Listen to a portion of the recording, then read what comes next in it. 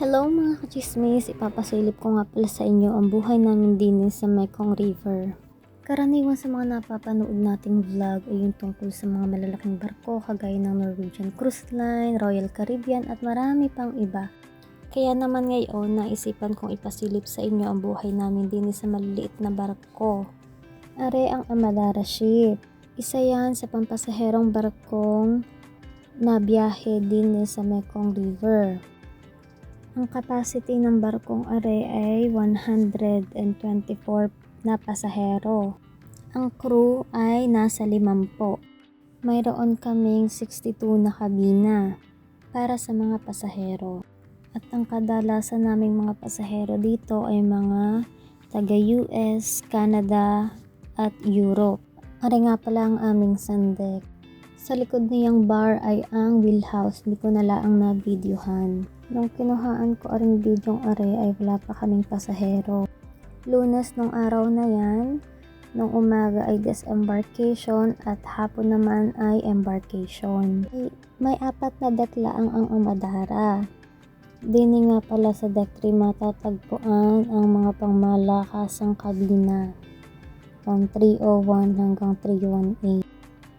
Pati na rin ang gym.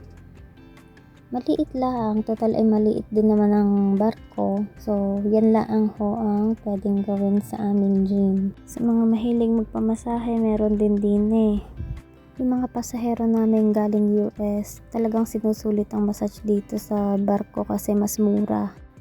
Ngayon, silipin natin ang kwarto ng mga pasahero. Are ang itsura ng kabina ng category A, B at C. Ang kabinang yan ay maliit pero mahal. Lahat ng kabina sa deck 1 at deck 2 ay garne ang itsura. Ayan. Sunod naman ay areng suite room. Are ang mas mahal na kabina.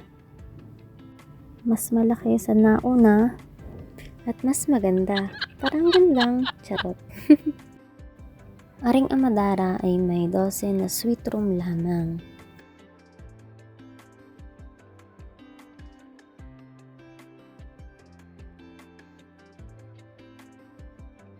Garne naman ang banyo. May bathtub, mas malaki ang sink. Tapos yan ang shower room. Ari naman ang pinakamahal na kabina. Pagpasok dito sa kanan ay ang walk-in closet agad. Ari ang pinakamalaki, pinakamaganda at pinakamahal na kabina.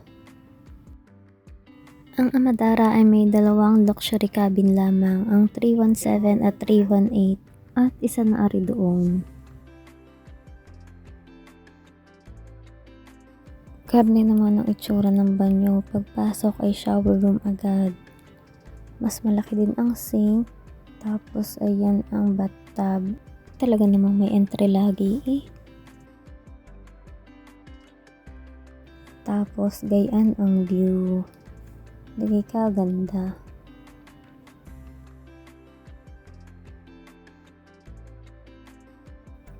Tapos rin naman ang balcony. Malaki. Yan ang may pinakamalaking balcony sa mga kabina. Siguro pag ang mga guest namin nakaupo din iniisip na lang kung paano gagastusin ang pera. Yan. Ang Malotos nga pala yan. Minsan na din ako nagtrabaho diyan. Ari naman ang Saigon Lounge. Pagpasok mo ay mga libro agad ang bubungad sa iyo. Ari nga pala ay nasa deck number 2. Dito nga pala ang tagpuan. Charot.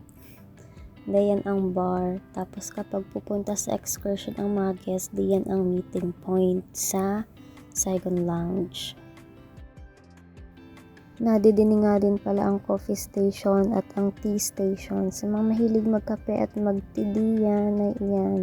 At sa mga gutumin diyan, meron kaming mga cookies, biscuit at prutas diyan.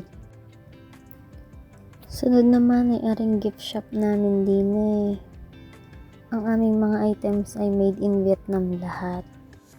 Share ko laang sa Vietnam ay hindi na kailangan ng 4 wheels. Lahat ay kasya sa motor.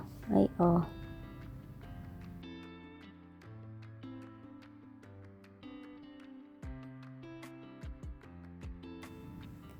Ayan naman ang resepsyon.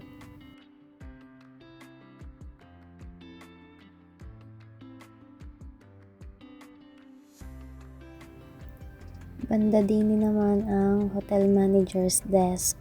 Yan. Aray ang meron sa deck 2, basahin nyo na lamang. Garne ang itsura ng hallway ng deck 1, deck 2 at deck 3. Aray naman ang chef's table. 30 lang ang capacity ng taong pwedeng mag-dine-in diyan. Fine dining nga pala ang setup din eh.